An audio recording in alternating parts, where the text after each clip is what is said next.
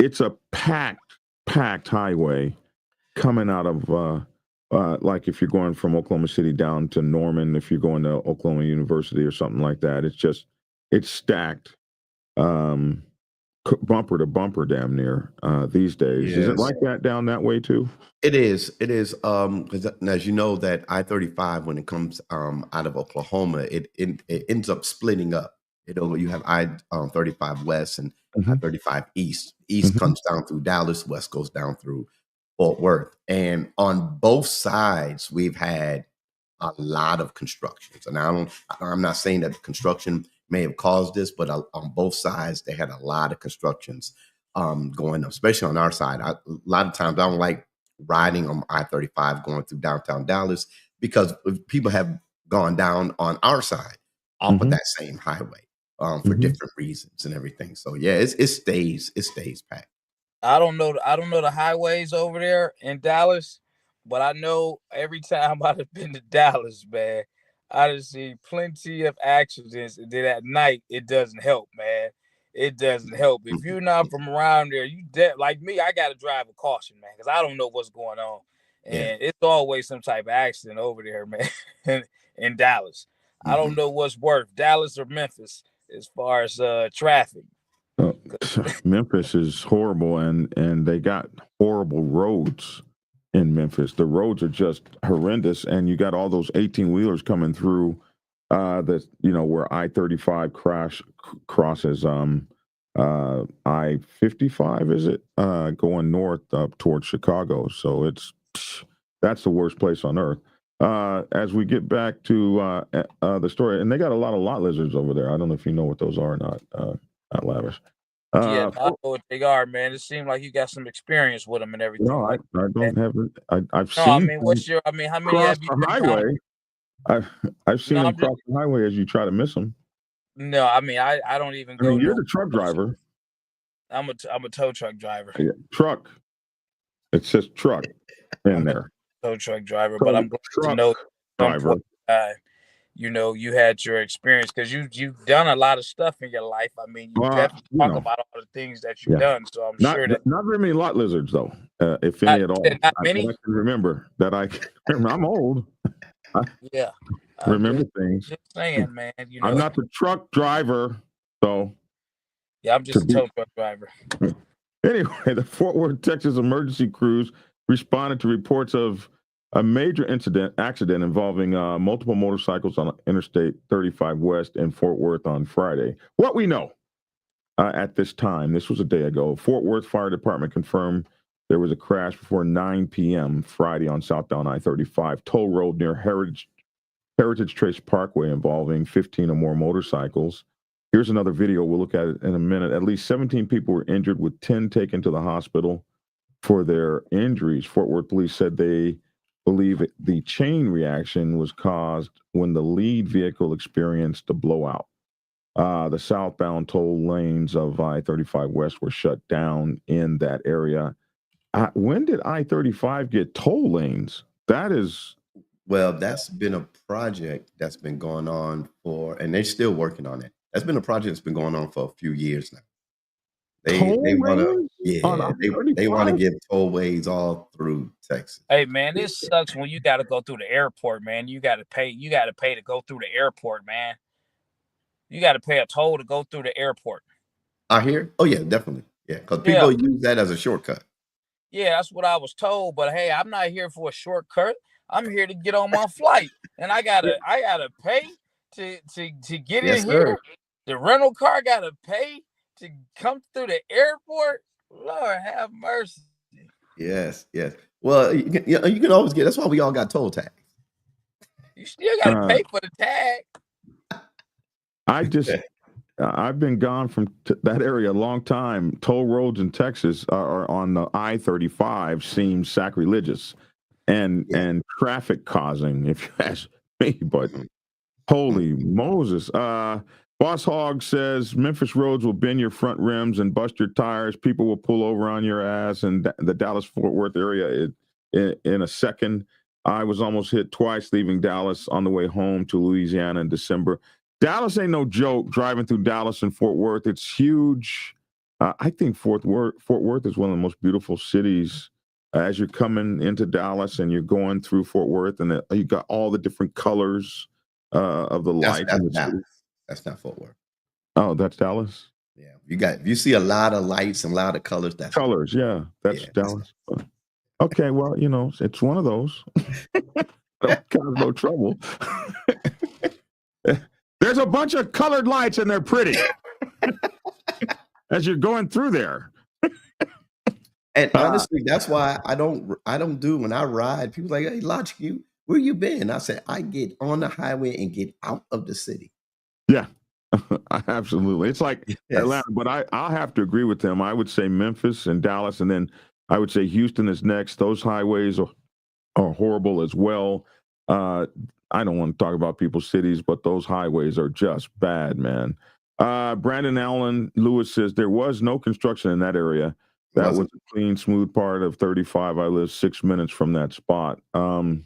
So yeah, someone said Fort Worth is better. Motogato said Fort Worth is better than Dallas. And Dallas. I'm from here, so yeah, because they Dallas Fort Worth got a love-hate relationship, and I learned that a long time ago. Yeah, just stay. I'm not from. Yeah. Well, I'm not. Hey, oh, yeah. I just live here. Let's look at this video real quick. Oh my God. Yeah, it was bad. Oh my God. It's my first time seeing this video. Okay, so for the listening audience, you can somebody's looking from across the street and they're looking across both north and south, or east and west, whichever way this is running, probably north and south. And all you see is people running around burning motorcycles. That's all you see is people running around, a deluge of fire, burning motorcycles. It is absolute chaos. Oh my God. And traffic is still driving by that shit like it's okay. Mm-hmm. And you got the police coming, and I know they eventually shut it down. Yeah, they hadn't shut it down yet, and people were just driving by. That is absolutely, oh, what a freaking nightmare, man. Yeah, what a nightmare. Oh, bad. Here's another one. 10 o'clock, we're just getting news into the newsroom here. Traffic alert unfolding as we speak, and look at the police and ambulance presence here. At least 17 people we have confirmed are hurt of varying degrees after. Pencil us in. Okay, what happened here? They will steal your channel in a heartbeat. Okay, back to this. Several motorcycles have crashed in far north Fort Worth. You're looking live right now, 35W and Heritage Trace. The crash happened in the southbound lanes, by the way, so that's where things are mostly affected. Fort Worth Fire telling us 15 motorcycles are involved in all of this. Several of them at one point or another were on fire. MedStar telling us 10 ambulances are being requested at the scene. Have no clue at this hour what caused the crash. Obviously, that'll come later, but we have reached out to police for more information. But just please know, 35W at Heritage Trace southbound is an awful mess with at least 17 injured right now. We'll keep an eye on it. Okay, well, what just happened? We're just looking at file footage now. Okay, I guess the Pope. Oh no, the Pope is dead. The Pope died. He passed away yesterday. Holy Pope. Wow. Well, being Catholic, this is a big thing in my religion. So the Pope is dead. Didn't know that. He died yesterday, huh? Wow. On Easter. He died on Easter. Yeah. Yep. That must mean something to that. Okay, so also the Pope died.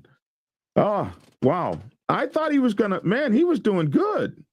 After he had that scare.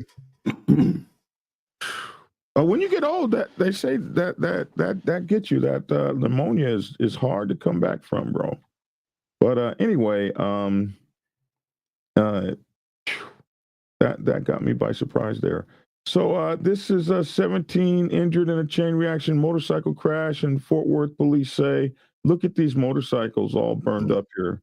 So this is something that I learned. I never really understood that motorcycles catch fire so often in motorcycle crashes. And that's because you got that 5, 6, 7 gallon gas tank sitting on your lap. And when you have that wreck, anything, in our case, in when it happened to the Black Sabbath, my club brother Larry Black, we call him Black, he caught a fire. So the car came at them. A car was in front of them, and it moved over real quick. And when it moved over, voila, you see a car coming at you at 100 miles an hour. And the first car was able to move out of the way. And when it moved, they were like, "Oh my gosh!" There was no time to react.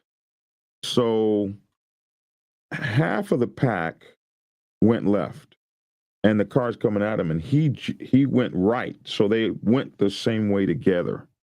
Larry decided he would jerk right. So he kind of was leaving out of the path, but he was sitting next to the president when he went right. They all went left. The car went left. He had to, so, what was he traveling? 60, 70, 80 miles an hour? Who knows? He's traveling at highway speed. And as the car is about to hit him head on, he pushes himself off the motorcycle. Now, can you imagine jumping off a motorcycle at 70 or 80 miles an hour? That something is so critical. That's a hell of a jump. That's your last thing to think about is all I can do is jump off of a bike. Tuck and roll. Hey. And you already got to be mentally prepared as it's coming, how I'm about to go ahead and slide this bike. Now, I've been in close situations.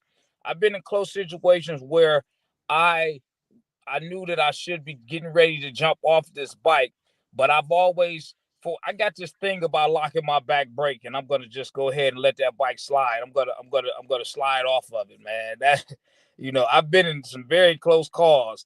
I had a guy, a trailer popped off of a truck and went loose on the highway, and I was getting ready to slide right off of the highway down on the grass, because I'm like, oh shucks, heart pounding, but I was able to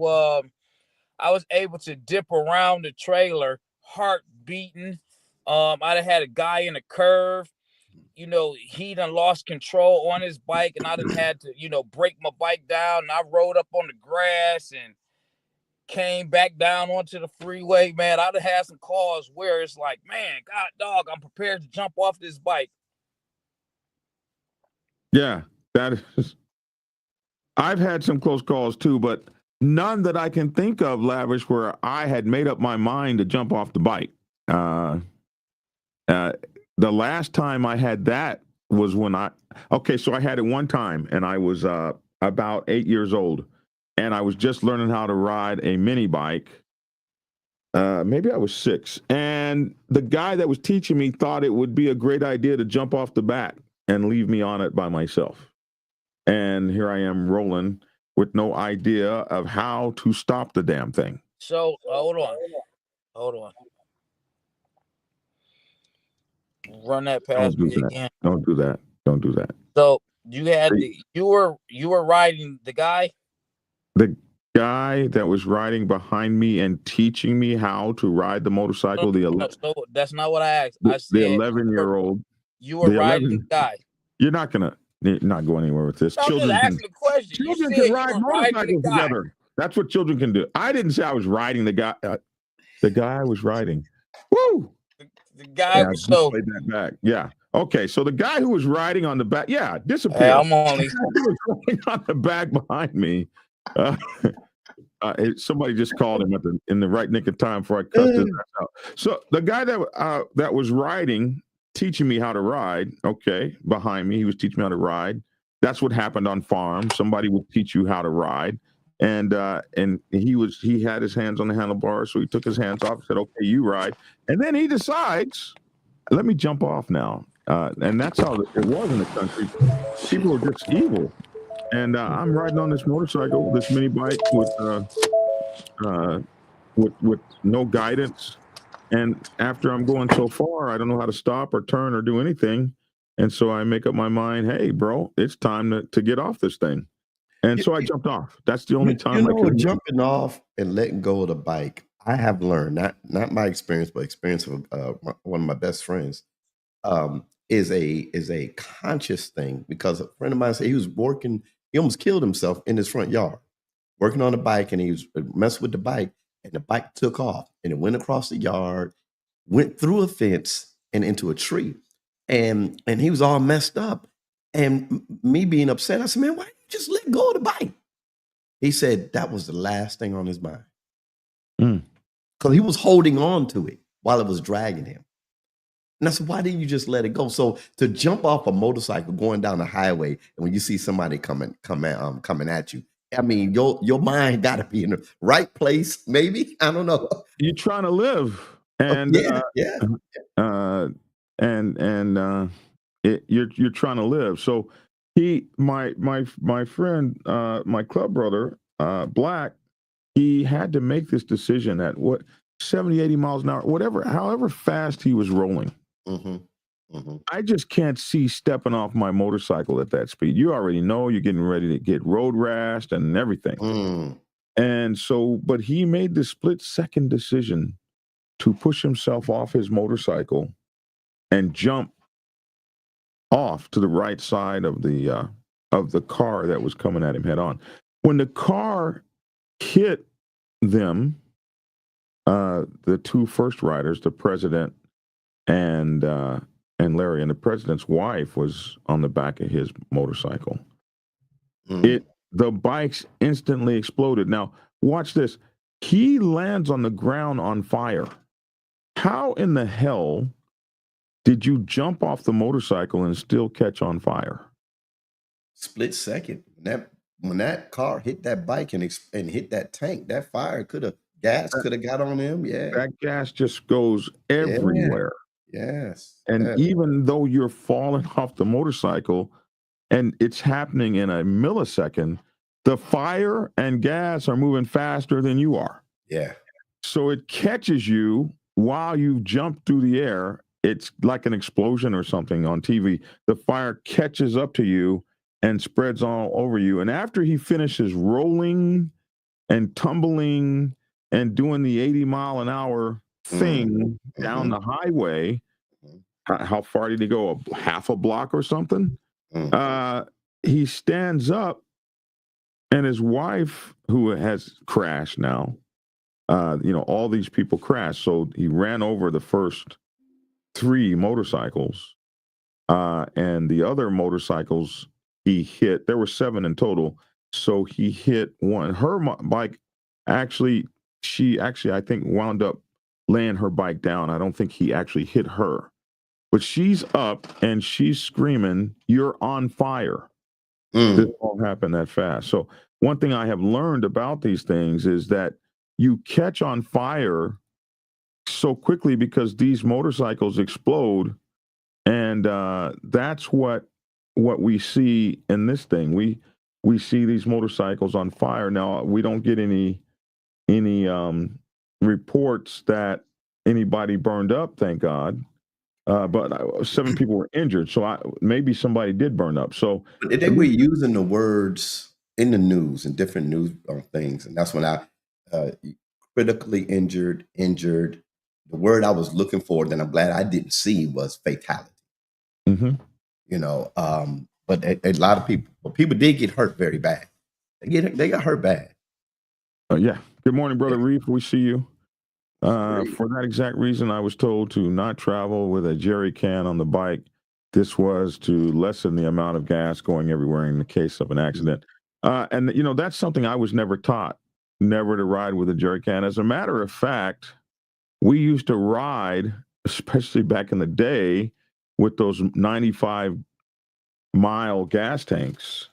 We used to ride it was taught to us that you would ride with a quart of gas and a quart of gas in a glass, one of those glass Mm-hmm. quart jars, Mm-hmm. because that would get you another 25 miles. Right. Back in the day, everybody had one of those in their saddlebags. I have a gallon one in my saddlebag. A gallon one. So Mm-hmm. yeah, back then you would have at least a quart because you had to get that 25 miles. You only had 95 miles, and especially when you were traveling, like you're going to travel from like San Diego to the desert somewhere. You wanted to have that instead. It beats walking and pushing and all that hot sun. So, but that's something to think about, Cowboy, because maybe you don't need to be carrying that. He was told not to travel with a jerry can, and that was something that we all did. Much love and respect, Big Red. Appreciate you, man. Moto Gato said, ask Logic. That's me. Ask Logic if I'm right. I think he's talking about the speed. He Kenneth says said, you don't see cops on the interstate in the Metroplex, hence why speeding is a contributing factor of the accident. I don't know. I don't know how fast they were going, but I know it's almost like the Autobahn on some of our highways out here. yeah. Oh Yeah. I remember, going through there, you're moving. Yeah, the traffic is moving through there. I-35 and the traffic is going, right. Is a congested mofo, and people are trying to get where they're going. The Texas Mixmaster, is that still around? The Dallas Mixmaster? Oh, yeah. Mixmaster, yeah, the Dallas Mixmaster. And it's jam-packed. We have grown. I'll say the whole Metroplex. I don't know because I don't live in Fort Worth, but the whole Metroplex has grown so much. Highways that you normally say, well, I can get on this highway at this time and don't have to have that much traffic. Those days are gone. It's all day, all night, 7 days a week. And then you have people speeding. I-75, 635, 35. People are flying. So my first time on the Mixmaster, I was like 11 years old. And we have the same thing here called Spaghetti Junction. There they call it Mixmaster, where all these highways, I imagine, come together. I'm thinking that's what it is. And the first time I was on it, I was like 11 years old, and it was hell then. it was hell then. And my mom, this is the Dallas Mixmaster, and which I thought was really crazy for a name for a highway. And then, of course, now I've seen Spaghetti Junction and all these other kind of things. Right. But that was my first time being on a highway that did all that. At least 17 people were injured. Chain reaction. They say it was caused by somebody's front tire blowing out. According to fire officials, of the 17 people injured, 14 were transported to local hospitals, some in critical conditions. 3 patients were treated at the scene. The Fort Worth Fire Department said the crash occurred near Interstate 35 by Chuck E. Cheese in the Presidio Shopping Center. Crews were dispatched to the incident just before 8:45 p.m. We saw all of that. We saw the craziness on the highway. When they arrived at the scene, officials said there were several motorcycles engulfed in flames and multiple patients scattered around the roadway. Just absolute chaos. For the duration of the event, 11 different fire apparatuses and 10 ambulances made the scene. Fire apparatus is some kind of a fire truck. This is really kind of amazing, fantastic, incredible news. And if all these people made it out of this thing with their lives, they are very fortunate. I think we have some pictures here, 7 images here. Let's see. Can I enlarge these images? I don't think it's going to let me enlarge them. So here you can see bikes. Here you see paramedics and rescue people taking care of the injured. Now, this rescue person seems kind of cute here. That's what I need at my rescue right there. I'm sorry, Reverend. Pastor. Why are you looking away, man? You don't have to avert your eyes, Pastor. Okay. I was answering Moto Gato's. I'm typing answers Moto Gato's thing. Pastor said I'm going to avert my eyes. Oh my goodness! Let me not go to hell. Let's move on to the next video here. But let me say something about that. One thing we saw, because they said this could have been started by whoever was in the lead blowing their tire, and then we started to see people say, y'all, when you get out on the road, check your tire, check your tire, check your tire. And that's true. That's true. Before you go out somewhere, check your tire, because some people like to ride on bald tires here and there. But that doesn't necessitate, or that doesn't mean that was the problem, that person in front had a bad tire. I mean, you were in, anything can pop up on the highway and blow your tire, and pop your tire. You could run over something and blow a tire. We start to see that, and we have to be careful when people start pointing fingers at, oh, he had a bald tire. You don't know that. You were not there. You don't know. We don't even know who the individual was. Right. But and look at you can see all these helmets on the road. Yeah. Yeah, and man, they're passing gurneys over the cement divider. Wow, that is crazy. It says we got to deal with an ad in 3 seconds. Really? That's what it's going to do to us? Oh, go away. And here the bikes burned up. Here's some more bikes burned up. Man, this is crazy. And you got the fuel all over the ground, and the fire department trying to put the flames out. Now, this is what happened in our wreck, and what was left were bodies that were so cremated that you couldn't even have open casket funeral. I believe everybody wound up being cremated because there was just nothing left on their bodies. And I went back to the scene 3 days later, and they had not properly cleaned the scene. So I ran into femurs, a pelvis, jawbone. I ran into clumps of meat that I could not identify. It was like a horror movie when I went back to the scene of the accident to put the crosses down. Right. And I found an ear, and you found the ear. I found an ear. Yes. And a pelvis, and the pelvis was nothing but pelvis. It was like it had been out there for 100 years, like it was bleached white. There was no meat on it, nothing. It was just a pelvis, for real. And it was 3 days, so I didn't know whether, and it had been rain. It was raining. It was horrible rain.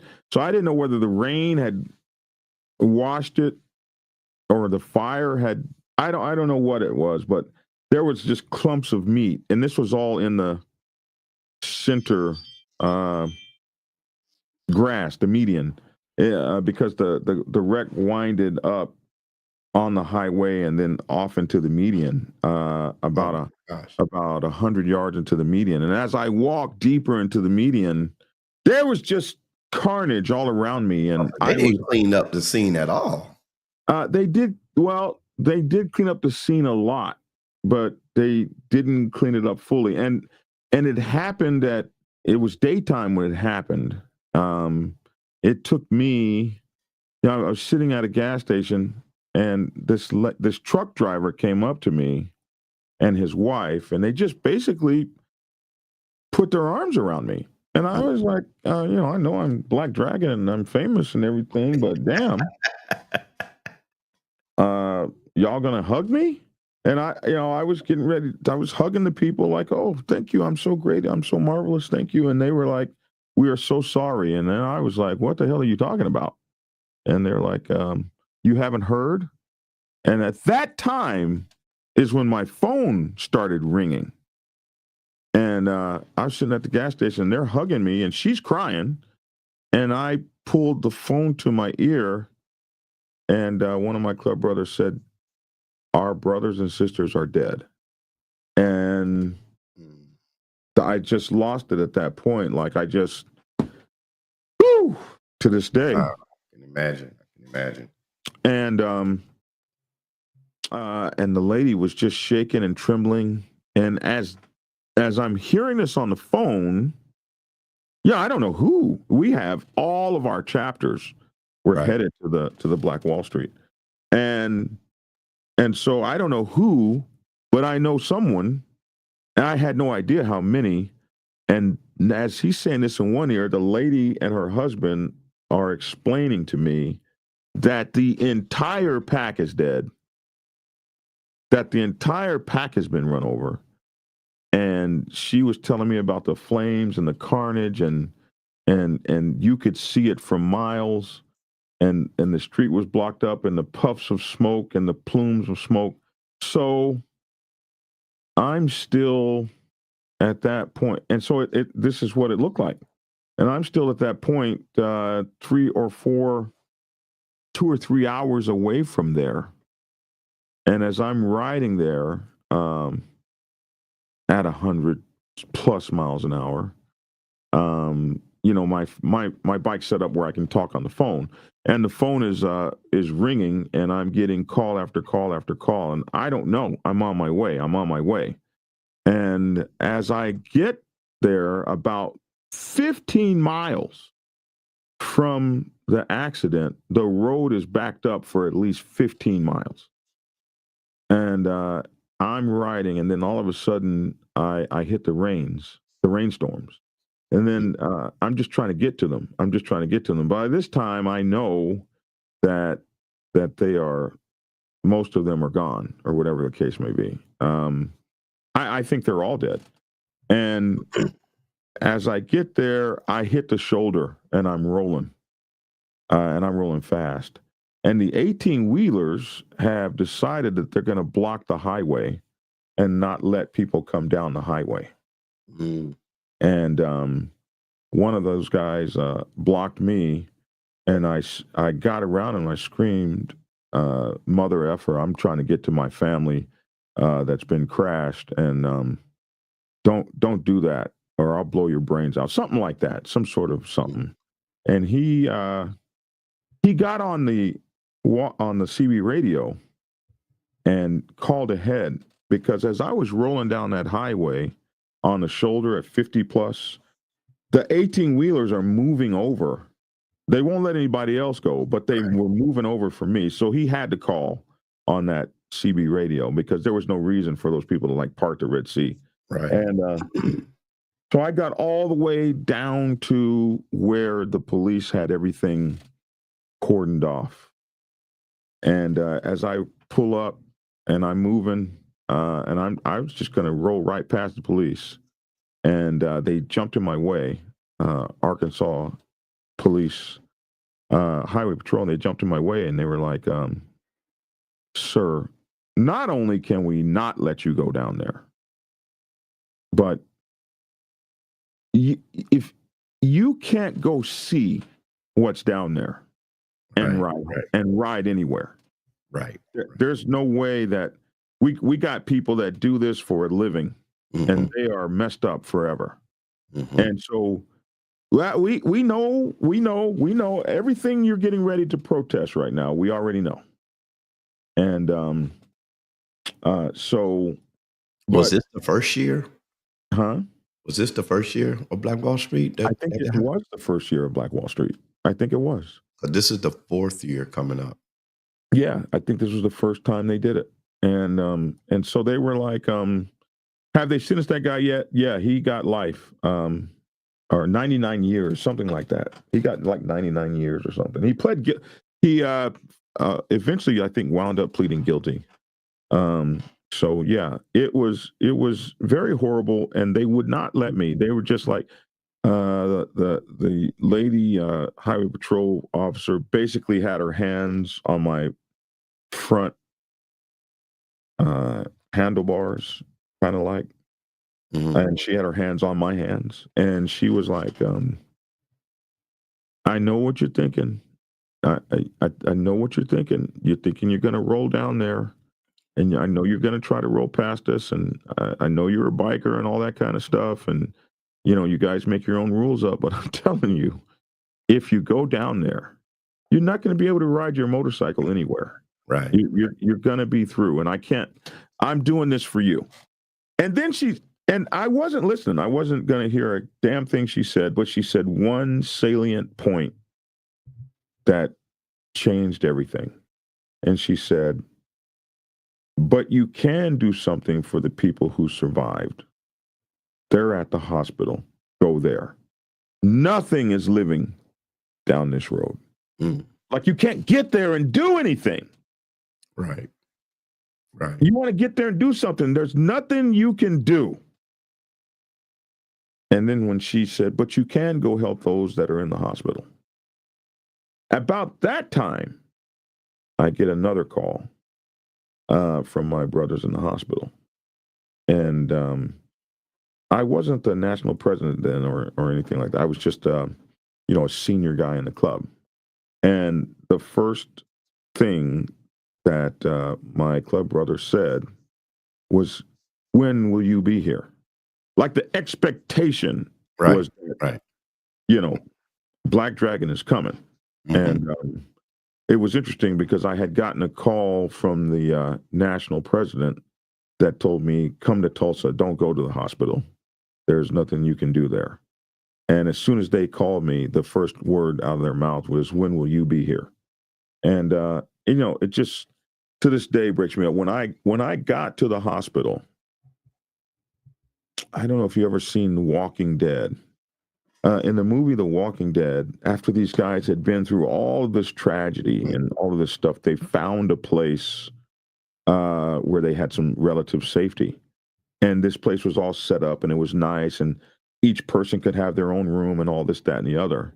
And in this scene, the whole little Walking Dead family, instead of all going off to their separate rooms and stuff, they had been through so much hell together. They were all in the same room, sleeping on top of each other, next to each other, on the floor and on the couches and everything. They were that tight knit of a unit that they were going to be together. When I got to the hospital, none of those guys were in their own separate rooms or anything like that. They were all gathered around two guys laying on gurneys. Everybody else that could walk and stuff was all gathered around them. They were all in the same room. They were, like that together. They had been through that tragedy together. And it was horrible. So, but that part, the strength and unity that gave them that night, after losing their president and founder and his wife and another female rider, whose name was Fall Risk. We it was horrible. So when I see these things, and you're right, we don't know what made it happen, but there are some things we have to talk about when we talk about safety. One is that, you said this was a mixed up crew of motorcycles in terms of cruisers and race bikes, and a lot of times we see these people riding crazy listen, I stay out of packs where I haven't trained with those people. Motorcycle club riding, you actually train. You actually ride with those people all the time. You have rules. You have pre-ride briefings, post-ride briefings, and all this. But it is it is dangerous to ride with people that you don't know, especially if they're cutting a clown and acting a fool. I was in people used to ask us to come, and they were doing a memorial ride, and we meet up at a place, and this guy was talking. He was talking about how he used to do a wheelie. We was downtown Dallas. He said, yeah, see that bridge? I fell off that bridge, and me and my wife, because my wife was on the bike with me, we were sitting there staring at him. I said, well, I hope I ain't riding next to this guy. And because he's talking about all this crazy stuff. And when we got on the road, he wants to race the guy in front of me. We're in a tight pack. He wants to race. I said, well, y'all need to get out, go over 2 lanes over, and go race by yourselves. Yeah. I'm like, I said, because I'll get out the formation and fall to the back and let y'all have that. Yeah. And you're right. You have to be careful who you're riding with, because I didn't know but 3 people. It's like there was about 30 of us. I knew 3 people in that whole pack. Yeah. And so I don't need y'all. I don't need to ride with y'all. I don't mind riding with motorcycle clubs. I don't know. And I can tell really quick if I'm riding in a motorcycle club pack that knows what they're doing. But I don't mind riding with motorcycle clubs because they at least train together and ride together. And they have a system, and all you got to do is kind of be there a minute or two, and you can figure out their system real quick. Right. They're all basically the same, but they'll have systems. Like one guy really would mess me up. You know, typically you throw a finger over to go over one lane. This guy would throw a he would throw a two up, like you could see them two little ass fingers. Throw a two up. He was pretty with it though. He'd throw a two up, circle his hand, and bam, and they all knew what he was talking about. The next thing you know, whew, everybody, I was like, whoa, okay, I got it. Did this fool just throw up two little ass fingers? That's what he did. So I find myself, his name was G-Man. His name is G-Man. And I love that bro, but he's the coolest. And then we got this guy named Lord Have Mercy out in San Diego. He's another pretty road captain dude. He's got all the flair and stuff. And some road captains are like conductors of music bands. But after a while, you'll be able, okay. He's done 3 of these little crazy, fantastic moves. Okay, I got him. So I don't mind riding with a motorcycle club. I've seldom had to pull out of a pack of a motorcycle club, but all these nilly-willy guys, especially when I was still riding race bikes real hard, because I came into the Black Sabbath Motorcycle Club did not ever have a restriction on the type of motorcycle you could have. They just got old and everybody got Harleys, but you would still see we had these guys that were just forever. They're going to forever be race bike riders. And they're gonna forever ride crotch rockets. And yeah, we had some of those guys that would ride across America, leaned over on crotch rockets, and you just be like, "Bro, really? Can I loan you my motorcycle or something?" Right. That you don't have to do that, man. You don't have to. I learned how to ride in a pack, riding with, and I always say this, I say this every time I talk about it, with the Buffalo Soldiers. They invited me to come ride with them to go to lunch. And they told me, and they said, Logic, just watch the tire of the person in front of you. And when they moved, I moved. When they slowed down, I slowed down. I said, okay. Then, I got out the pack when they did their special parking and stuff like that and everything. So then I was like, okay, do I do that? So yeah, down at the end. I said, okay. So Motogato points out it's 1 finger for single file, 2 fingers on a tight road. It depends on the bike club you ride with. That's how we do it. Because our stagger is 2 fingers like this. That's stagger for us. Okay. Not 2 fingers like that. I sometimes use 2 fingers like this, like old boy did, and then I'll point over and we'll move 2 lanes. But 2 fingers like this is stagger. But for us, single file is this. Boom. This is single file. Oh, okay. Rather than this is single file. So you can see this very clearly, and that's your single file. So it just depends on what motorcycle club you're in, and they're all slightly different. Right. I can see this being single file. I've seen that before, but for us, it's like this. Now, this is universal. You know what this is. So for those who don't know, this is, of course, police ahead. So it's interesting, man, how people do it. But yeah, you're right. 2 fingers can be for stagger formation, but for us, we do 2 fingers like this, and then we stagger. So because it's just hard to see. You're way back there. It's hard to see this. So we hold it high, and then when one person does it, everybody does it. Maybe we need to do a video about that. Yeah, I was a forever rocket rider until my back said I wasn't. Talk, man. I got a part. My best friend, we lived out of New York. This is Longhorns. What is the Longhorn? What does this do for you guys? R2 is Longhorn sign for us. So that's instead of this, it's this. Okay, so this for them means staggered. This means 2x2, and for us, this means 2x2, Yeah. and this means staggered. Yeah, so there you go. Real Well, close. my partner out of Atlanta, he lives in Atlanta now, to New York. Pinky, I'm We sorry. was riding across country, and it was dark. He's dark skinned. We're in black, and it was dark outside, and he throwing up signals. And so I didn't listen to nothing. We got off at the gas station. I said, "Man, you can't be throwing up gang signals, gang signs with me at night. I have no idea what you're talking about. I just started riding." He said, "Oh, well, this is how I'm not in your club." I said, I didn't know what you were doing.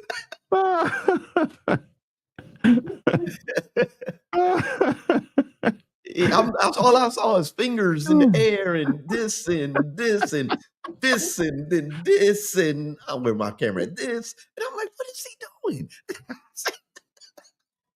No, I didn't see your question, Jason. Send it again, please. I didn't see your question. Hold up the element.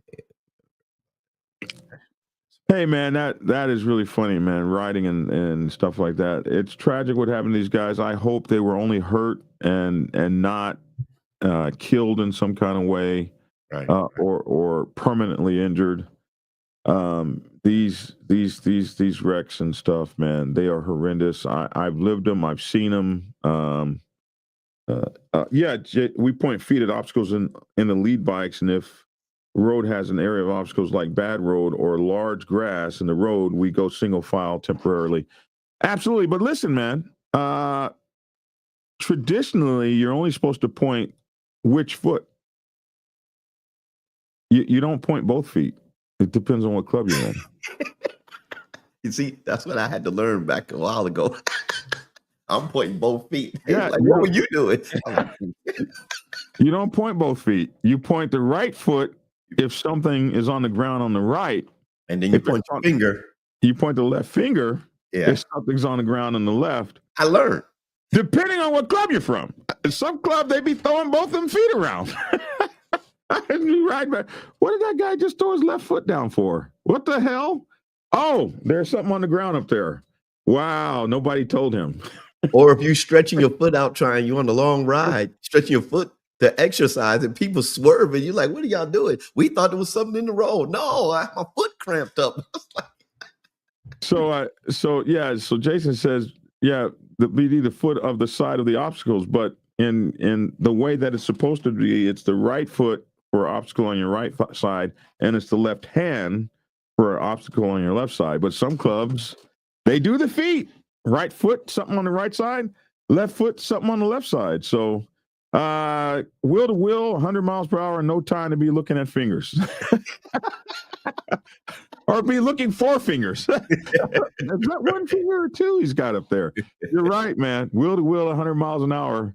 But if you're riding wheel to wheel at 100 miles an hour, You're bad something. You really know those guys. You learn those guys pretty quick, and you almost don't need wheels. You can just see by a guy's shoulders. That's when a club is, man, in lock sync, when they're riding hard like that.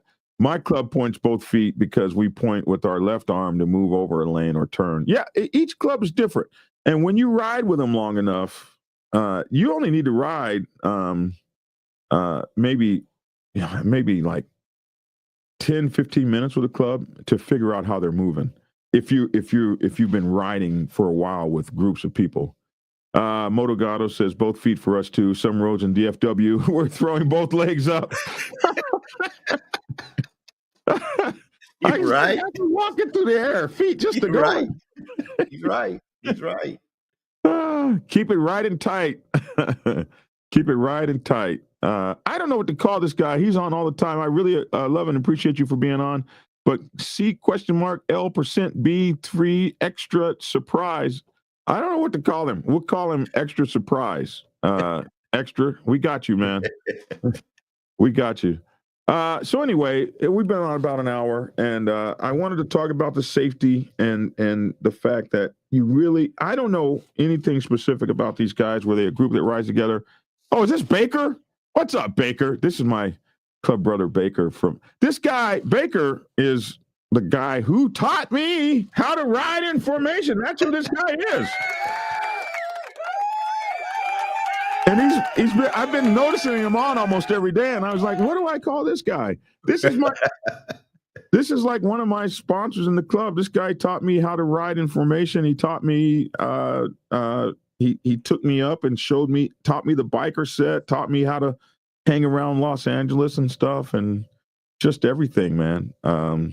And he retired a Soul Brother from the Soul Brothers MC. He left us in maybe 99 or something like that, and went on to the Soul Brothers and spent a whole career there with them. So, but I love him, man. He taught me everything. A Marine, jarhead like some of y'all, jarhead people. I don't hold that against him. Air Force. Oh, part-time military. Yeah. Biggest mistake I've seen in formation riding is people who leave too much space. Yeah. Causes problems with cars pushing in. Closer is safer. Not to butt, we say. Not to butt. Tighten it up, man. Yeah. So it is for me, the greatest thing is riding in formation. It's so much fun. But it's dangerous, especially when you're riding 2x2, you're riding suicide. Because any one motorcycle going down can take the entire pack down. And this is where a road captain is so important in real motorcycle clubs, because a road captain should have inspected everybody's bike. If he's in the club, he knows how people are moving. He knows how people's pocketbooks are moving. He knows how people's tires are moving. He knows these things. He's able to tell you, no, your bike's not certified to ride with the pack, bro. Yes. I ran into something like that. Yeah. If I have to, I'll put a knife through your onion skin tire. It ain't got no tread on it. You're not riding with us like that. And that's a real road captain, man. A real road captain. So anyway, prayers up to those people over there in Dallas, Fort Worth, and those crazy ass roads and those packed highways. And I pray that no one died. And you get the men from the boys here. When I say that, you're gonna find out who's getting ready to put their motorcycle away forever and never ride again. And Accidents like this can change your whole perspective on riding a motorcycle. Yeah.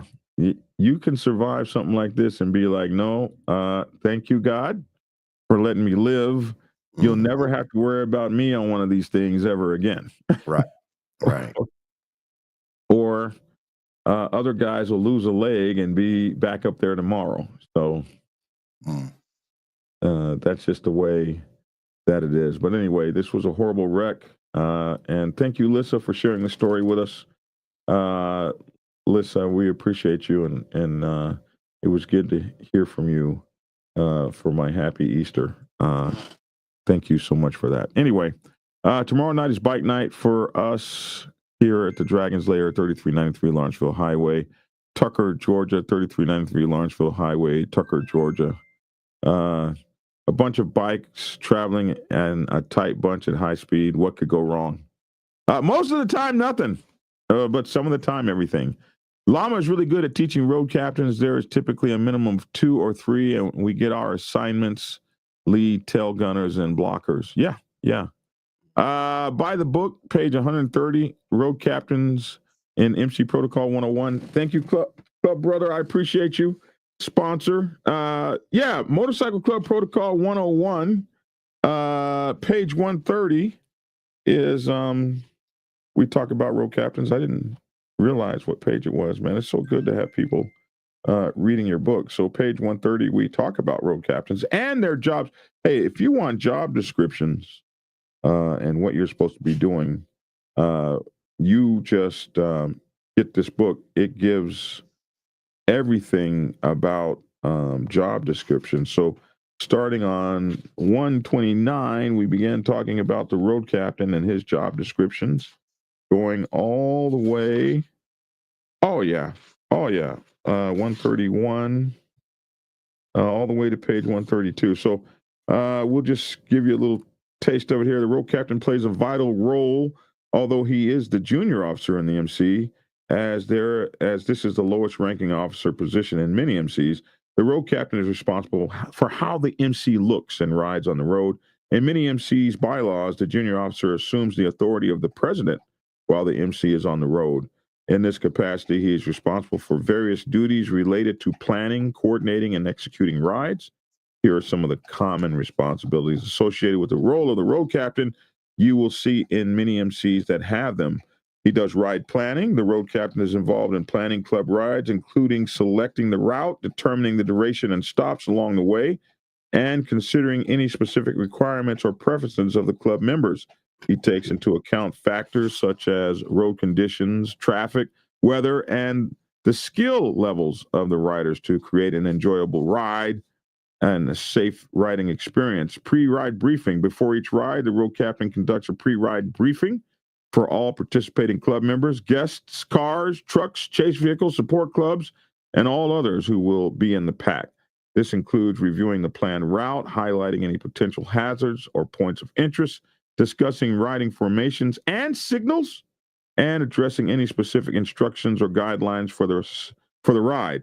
The road captain ensures that all riders are well informed and prepared for the journey. Leading the ride. During the ride, the road captain takes the lead position in the group formation, and some MCs, and others, it's the president or sergeant at arms. He sets the pace, maintains proper spacing between the bikes, and follows safe riding practices.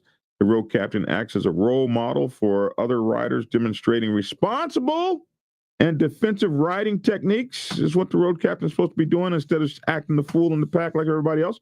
Group management. The road captain is responsible for managing the group dynamics during the ride, keeping everybody calm and stuff like that. He ensures that riders stay together as a cohesive unit, keeping cars from cutting in and all that sort of stuff. He maintains proper spacing and follows the established riding formations. The road captain may also assist in resolving any issues or conflicts that arise within the group during the ride, since he is the president on the run. In many club bylaws, he is able to levy fines, discipline, and suspensions while on the road. Woe be to anyone who may cross him on a trip or be foolish enough to act a fool or cut up in the pack. Safety and traffic management. The road captain prioritizes the safety of the riders during the ride. He keeps a vigilant eye on the road conditions, traffic, and potential hazards. He may make decisions regarding route adjustments or stops to ensure the safety and well-being of the pack. He communicates vital information such as road hazards or upcoming turns using established hand signals or communication systems. Communication and coordination. The road captain maintains effective communication with the riders throughout the ride. He may use hand signals, radios, or other communication devices to relay information to the group. He coordinates with other club officers or road crew members to ensure a smooth and organized ride experience, such as you have the road captain, assistant road captain, or the tail gunners, the blockers. They're called different things, but he coordinates all those. Ensuring rider compliance. The road captain enforces club riding rules and guidelines during the ride. He monitors the behavior and adherence of the drivers to ensure that everyone follows safe riding practices and respects the rules of the road. He may provide guidance or reminders to individual riders when necessary, or fines or suspensions. Ride evaluation. After each ride, the road captain may conduct a post-ride evaluation or debriefing. This allows for feedback and discussion about the ride experience, identifying any areas for improvement or adjustments for future rides. He may gather input from the riders and incorporate that into future ride planning. The position of road captain requires strong leadership skills, knowledge of safe riding practices, and effective communication abilities. He plays a critical role in ensuring the smooth operation of club rides, promoting rider safety and fostering a positive riding experience for all club members. He ensures that MC means move the crowd on two wheels, looking good, safe, smooth, and professional. He must be an exemplary rider, one of the best in the MC. When people exclaim how sharp the MC looks while pounding the ground on twos, it is the road captain with the that the club owes its gratitude. That's the road captain. Then Motorcycle Club Protocol 101. And that's thank you, Brother Baker, for pointing that out. So Get folks the book. hear a little bit about it. Yeah, get the book, man. At blackdragonsgear.com. You can get the book at blackdragonsgear.com along with my other books. and it's on sale right now for at blackdragonsgear.com for $34.95. It's typically $49.95, and if you go to, it's on Amazon and Kindle, and if you go there to get it, it's going to be $49.95. So you can get it a little bit cheaper at blackdragonsgear.com for just a little while. Pretty soon, it's going to go back up to the correct price. So anyway, we're here an hour now. It's time for us to get the hell out of here. Logic, I really appreciate you being on today. I appreciate your call. We knew that Lavish was going to have to get out of here and go to that office where he's and turn in all his paperwork or something. Yeah. Somebody said, I noticed there's some tension between you. I don't think so. I hope nobody feels that way. Everything is good over here. I saw that comment. No, everything's cool. All right. Anything else? No, I'm good. Logic, tell us about your channel real quick before we get out of here. Hey, if y'all out there, I have a YouTube channel called Keep It Logical. I get on there. I just talk about my rides. I talk about little things. I put a little spirituality into it because I am the president of a motorcycle ministry, God's Warriors. And everything is logical because it's the way I think. So y'all come out there and enjoy yourself on my page. I don't post every week. I don't have a schedule. It's just when I'm gone or something that hits me over the head, I will put something out there. I got to go back to New York to update my music. So, yeah. Y'all come on out there. Keep it logical. Well, this is Keep It Logical. You just saw me. I hit the subscribe button and I hit the like button. So now I'm sorry I wasn't previously subscribed, but I am now. This is Logical. Logical. This is Reverend Logical. He does the podcast. He used to be podcasting with K Solo for a long time, and he's out there doing his thing in the streets. And you guys go check his channel out and become a subscriber over there. And we appreciate you, yes, sir. Reverend. Thank you so much, man, for being on the show and everything. And if you could keep us in your prayers, we'd appreciate it. Hey, and if anybody out there, if y'all need a prayer, I'm one person. I believe in praying for people. Go ahead. You can hit me up on my Facebook page. It's Daryl Logic Turner. Just hit me up. Say, hey, can you pray for my friend, my brother, my aunt? It doesn't matter who it is. And I will render a prayer for you and your family. And how do you spell your version of Daryl? Darrell. Yeah. See, that's it's pronounced, and it's not pronounced Daryl. I'm a New Yorker. My name is pronounced Daryl. Daryl. Yes. Daryl Logic. Appreciate you, man. Thank you for being here with us today. All right. Blessings on y'all. Take care. Bye-bye. And I'm Black Dragon. That's my 2 cents. Love to hear your 2 cents in the comment section below. Hey, Chalk, man, thank you for subscribing to him. That's really awesome, man. I'm going to try to come down and see you guys in Savannah down there, man. I do want to come hang out with you guys. On top of checking bikes before the ride for tire wear, inflation, and overall mechanical issues, yes, that is something that the road captain does. And Brother Baker, thank you so much for being on here, man, and for looking out after me and all of that. And when I got started in this thing, this is what you did has turned out to be, man, huh? Our road captain outranks everyone on the road till destination, even the president. Yeah, in many motorcycle clubs, the road captain is the president while the club is on the road. I guarantee that there was no organization on that ride. That sport bike group don't organize like clubs do.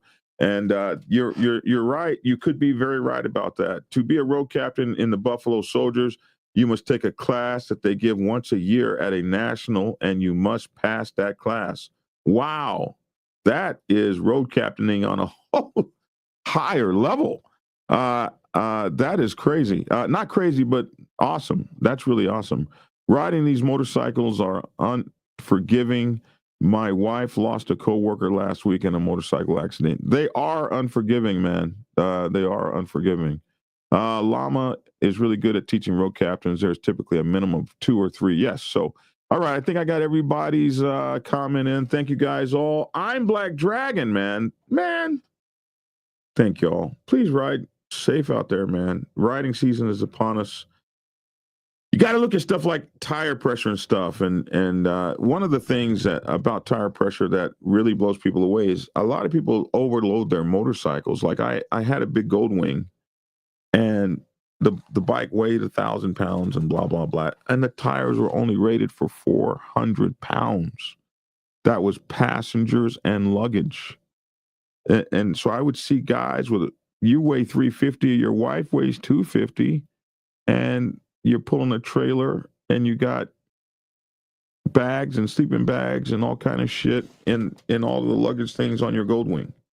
And you're riding on suspicious tires that are only rated at 400, and you got 900 pounds on the bike and 1,000-pound bike, and you're riding across the Texas desert where the highway is 130 degrees, and you're riding for 8 hours at 90 miles an hour. What do you think's going to happen to your tires?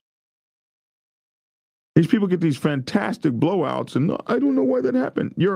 You have overloaded the tire rating for the motorcycle.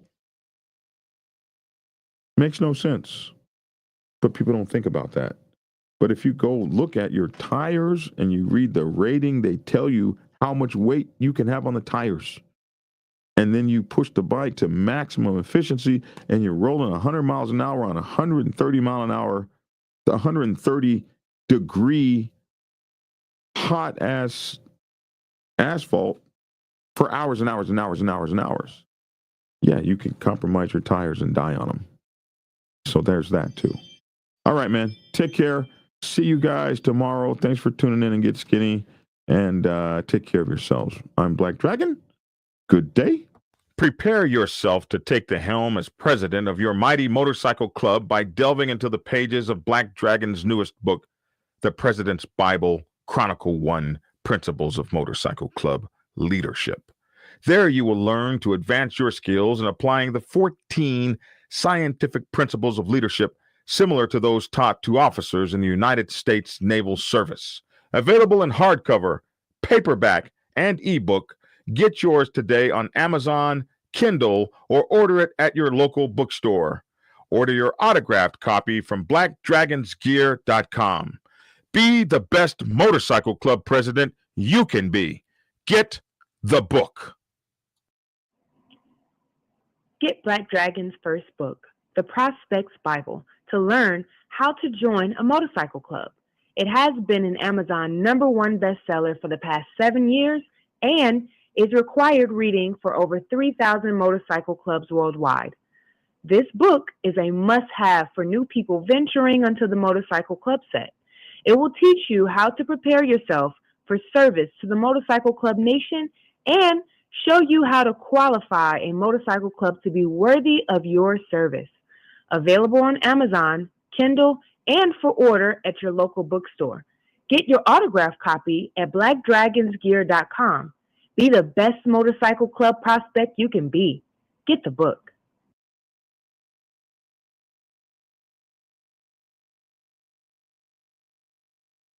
If you are seeking clarity about issues stemming from problems or crises occurring within your motorcycle club, then set up a consultation with Black Dragon. Black Dragon has over 30 years of experience in the motorcycle club world, having served as a national president of the 50-year-old Black Sabbath MC Nation for nearly 10 years. Black Dragon is a veteran negotiator, skilled in crisis management, conflict resolution, inter-club issues, press conferences, and club reputation management. You can set up an appointment to speak with him by phone at clarity.fm/black-dragon.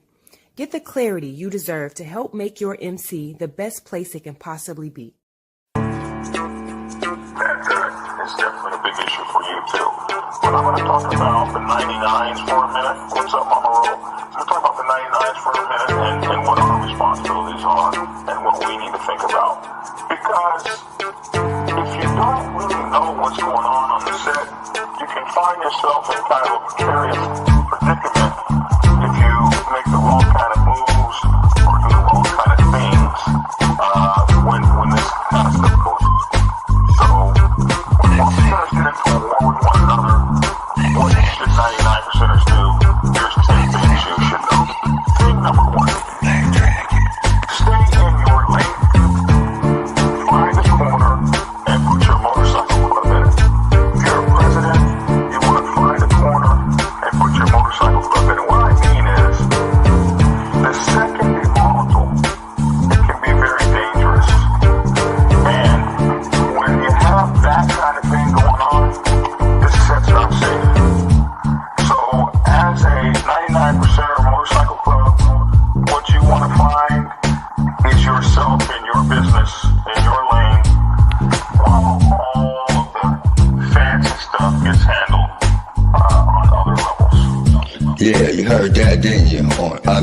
levels. Tried to tell you suckers, Black Dragon is the man.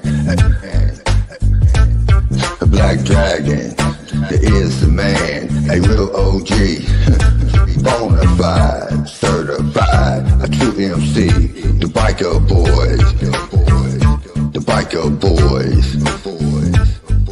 It's in the house, most definitely blow the whistle for Black Dragon, Biker TV. That's right, I said Biker TV. See, one day, young Dragon made his way out the Navy to become a prospect. Some people thought he was crazy, but 5 years later, hard work became a habit. He became the president of the mighty Black Savage Nation. MCs, y'all, respectfully.